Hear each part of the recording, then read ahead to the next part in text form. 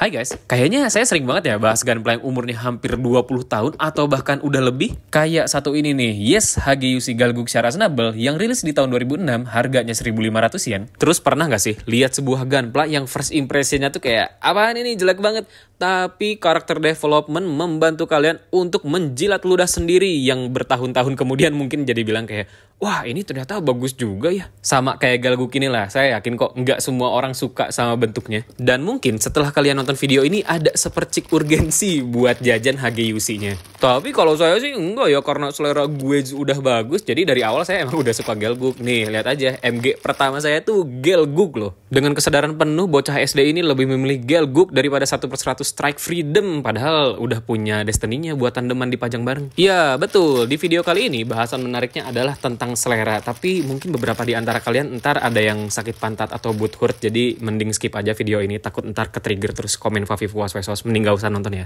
Ini ceritanya semi lucu. Jadi, dulu tuh saya lagi jalan-jalan ke sebuah hobby shop nih, terus ngeliat langsung box Hageyushi Galguk itu, wah langsung hype parah lah, pengen beli banget pokoknya. Tapi ya se-hype-hype-nya juga nggak bisa langsung dibeli kan, kayak harus nabung sebulan dulu lah. Besoknya di kelas tuh saya cerita ke temen, weh di sini ada Hage Galguk bagus banget bla bla bla. Kebetulan waktu SMP tuh saya punya teman menggundam, ya selera dia standar lah ya, maksudnya kayak lebih suka tokoh utama atau Gundam type gitulah. Waktu itu lagi musimnya Double O. Ternyata beres saya ceritain tuh malamnya dia langsung ke hobby shop itu buat beli Hage-nya. Pertama kali lihat langsung dan megang Galguknya tuh kayak, wah keren.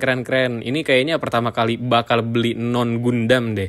Tapi pas udah mau check out di kasirnya, ditanyain sama bapaknya, yakin mau beli ini? Jelek banget bentuknya, kakinya kayak galon. Gendut lagi, robot apaan ini, bukan Gundam kan? Terus ini ukurannya yang kecil ya? Daripada yang ini mending beli yang putih tuh, ukurannya lebih gede, bagus juga bentuknya. Diceritain kayak gitu, saya mah lumayan smirk aja. Tapi emang dibeli ini yang lebih bagus. Saya lupa antara 1/100 atau MG sesuatu lah pokoknya. Dari situ, pokoknya dia jadi lumayan suka kayak Zudah, terus gantengnya F91. Union Flag tuh yang sebelumnya dia kata-katain katanya pesawat yang bentuknya nggak jelas. Satu lagi, ini ceritanya lumayan Elite Lord. Jadi karena selera gue tuh udah paling keren dari dulu, ever since I was a kid, I've been legit. Dari zaman SD tuh nggak jarang beli gunpla non Gundam. Dan kalau misalnya udah dibawa ke kasir, pasti ditanyain itu kayak gini, kok anak kecil seleranya aneh sih kayak bapak-bapak, kok suka ini sih, kok beli ini sih, emang tahu ini apa? Sering banget ditanya-tanyain kayak gitu sampai SMA lah. Ini top 3 yang paling memorable. Waktu zaman SMA tuh lagi reissue Hageyushi besar-besaran, bahkan yang keluaran awal-awal juga diriliskan. Terus saya tuh beli The O, Zakutri, sama Zudah. Ya gitu dikomenin kayak, jir anak sekolah kok seleranya aneh sih. Terus dibecandain kayak, nggak mau beli ini nih Plavsky atau RG.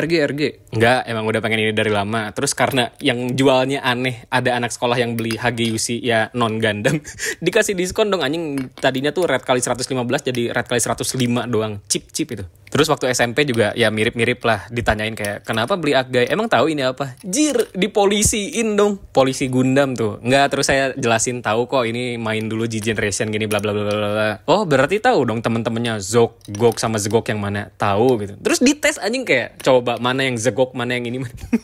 Terus saya tunjuk, ya tahu lah, emang orang tahu. Numero unonya, ya waktu SD itu saya beli MG Galguk. Ditanya juga lah kenapa beli ini. Karena murah, harganya 200.000. Soalnya waktu itu tuh lagi diskon 50% kan. Oh, berarti nggak tahu ya ini apa? Tahu ini Galguk gitu. Ditanya-tanyanya yang paling parah gitu lah kayak, ini pilotnya siapa? Dari seri apa? Musuhnya siapa? Ini Gundam tahun berapa? Wih, kok bisa tahu sih? Tahu dari mana? Ya, itu saya jelasin lagi, main G-Generation sama baca-baca majalah. Disclaimer dulu ya, dulu tidak ada internet. Jadi kalau mau tahu informasi kayak ginian tuh beneran harus menyelam agak susah. Terutama ya informasi kayak gitu-gituan cuma ada di majalah anime-animean kan? Iya, benar. Bukan ever since I was a kid, I've been legit. Emang dari kecil udah wibu / otaku / pejepang mania sejati aja sebelum socially accepted seperti sekarang. Topik selera ini, pro-nya adalah saya seneng kalau misalnya ada orang yang menjilat ludahnya sendiri, yang tadinya bilang jelek-jelek tapi intinya mah jadi kesemsem sama ya gunpla itulah. Ya karena memang berarti dia jadi ngerti sesuatu kan, kenapa sih barang itu tuh jadi bagus. As always, iklan layanan masyarakat dulu. Buat kalian viewers baru, followers baru, atau subscriber baru yang punya pertanyaan seputar pergundaman, silahkan cek semua video yang ada di channel ini. 92%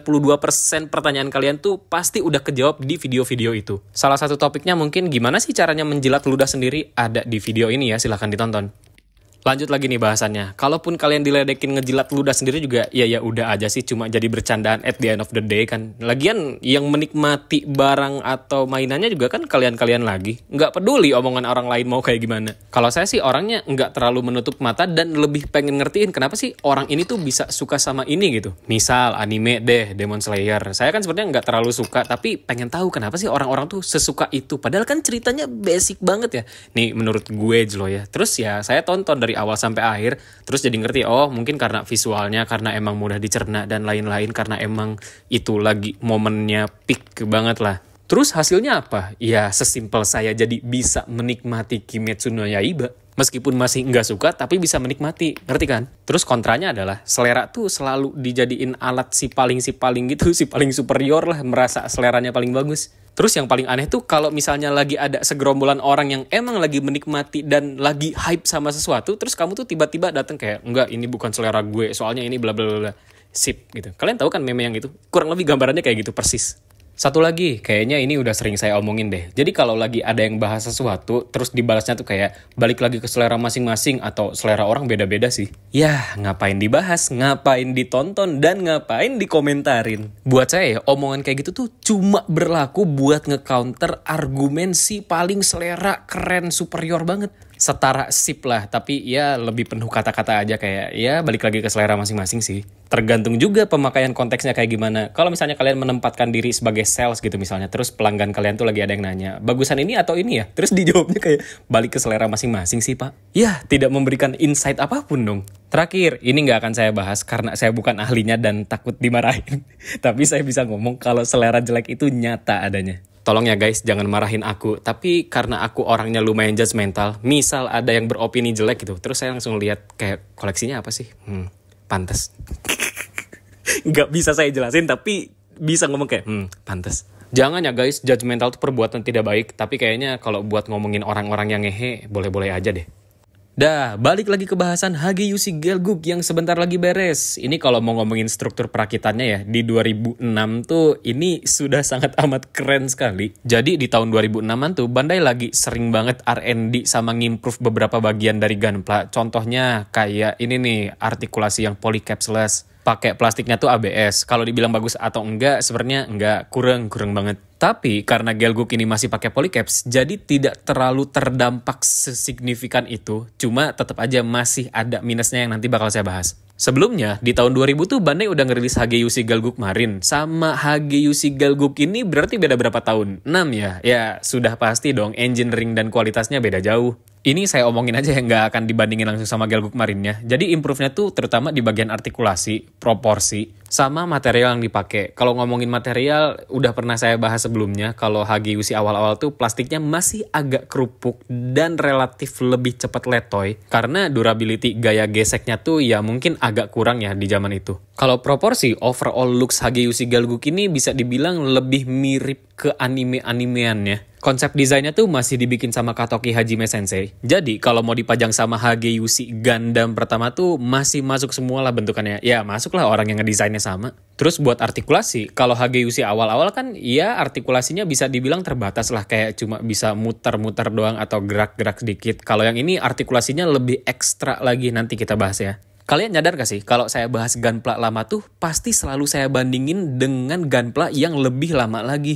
Kalau mau ngebandingin sama Gunpla zaman sekarang, ya jelas nggak apple to apple dong. Tapi yang paling penting nih ya, biar kita tuh bisa sama-sama ngerasain lagi upgrade dan apa aja sih dari teknologi Bandai yang dikasih zaman itu. Kan mainan tuh pasti ada perkembangan kualitasnya lah. Nggak mungkin bisa tiba-tiba jadi kayak HGG Quarks zaman sekarang. Niscaya kalau kalian udah ngerti kayak gini, jadi bisa menikmati Gunpla apapun dari zaman kapanpun.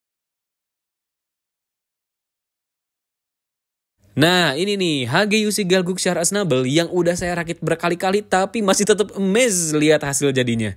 Charm dari Gelguk ini tuh buat saya karena bentuknya bulky, terutama di bagian bahu, pantat, sama bawah kaki. Ditambah thruster itu kan kayak high mobility unit banget. Bentuknya gahar, parah. Belum lagi shieldnya yang gede, nambahin kegaharan dan kebulky-bulkiannya itu. Buat detail oke lah, poin utamanya Galguk tuh kan banyak thruster ya. Pertama di bagian kaki, terus bagian daleman kaki. Ini bagian daleman kakinya juga standar HGUC yang sebelum-sebelumnya udah bisa digerakin keluar dalam. Detail thrusternya tuh ada sampai dalam, nggak cuma di bagian luaran doang. Nah ini bagian tangannya punya part dan color separation yang minor, tapi saya ngerti sih kenapa ini dibedain warnanya. Soalnya buat bikin colokan tangan ke shield itu loh. Overall detailnya oke lah, cukup memberikan kesan mekanikal, bahkan detailnya tuh ada sampai ke dalam waistnya. Marah nggak sih kalau mobil suit mono eye tapi matanya nggak bisa gerak? Kalau saya sih cukup marah ya, tapi untungnya Galguk ini matanya bisa gerak. Cuma harus sedikit effort soalnya agak seret gitu. Ya gampang lah, tinggal dilonggarin aja.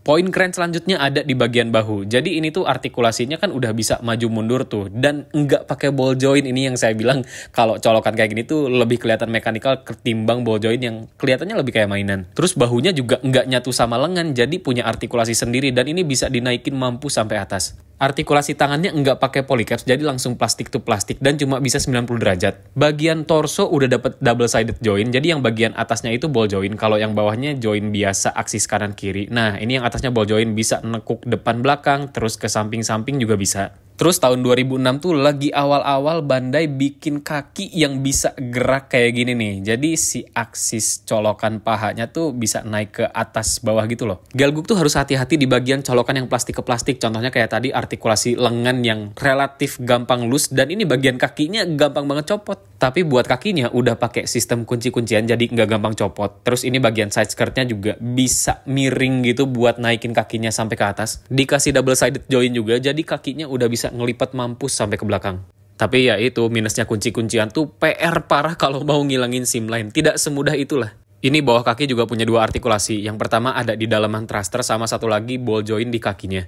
As always, gunpla apapun yang dikasih optional hand tangan kebuka tuh pasti keren. Soalnya posingnya bisa jadi lebih ekspresif kan. Terutama si Galguk ini yang tangannya bentuknya anime banget gak sih?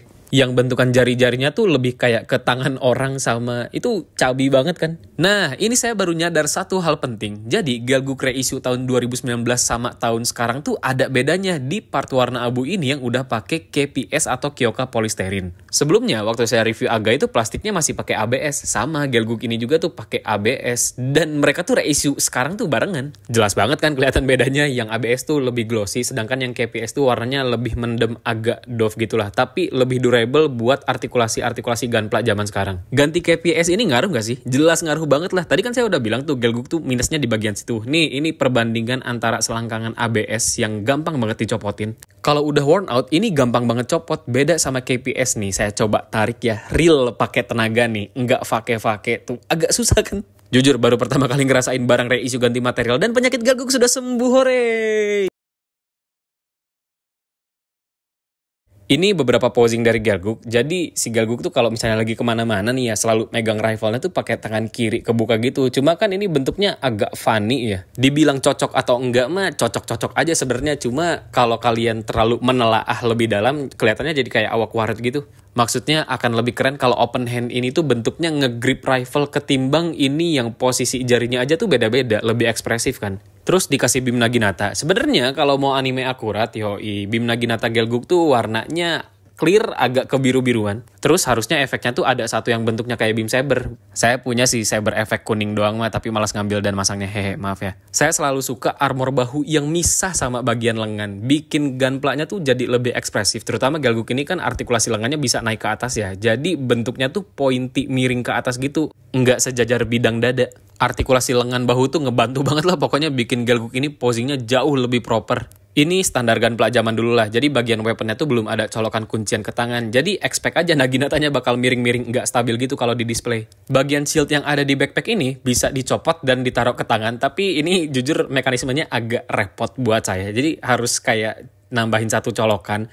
Terus kalau misalnya mau ditaruh di backpack punggungnya itu beda colokan nih, yang satu kecil, yang satu gede. Tapi lumayan ngerti sih kenapa ukurannya beda. Soalnya kalau colokannya kecil ditaruh di backpack kan takut potek atau enggak stabil ya. Kalau colokan gedenya ada di tangan, ntar kelihatan bulat gede banget dong, bolong. Tapi bagus sih, colokan tangannya tuh disamarkan nggak bulat banget bentuknya gitu. Masih ada bentuk poligon-poligon garis-garis gitu. Jadi bentuk colokannya tuh nggak kelihatan kayak mainan banget. Jujur, dulu saya amazed sama bentuk shield Galguk ini. Soalnya dia tuh kan gede ya, tapi bebannya ringan. Jadi nggak ngaruh ke tangan gitu loh, tetap solid-solid aja tangannya. Beda sama MG-nya. MG versi 1 loh ya. Jadi kalau mau diposein kayak gini, tangannya sudah jelas bakalan melewat ke bawah. Orang itu shieldnya gede banget, berat. Artikulasinya juga pakai polycaps yang nggak terlalu bisa nahan beban berat.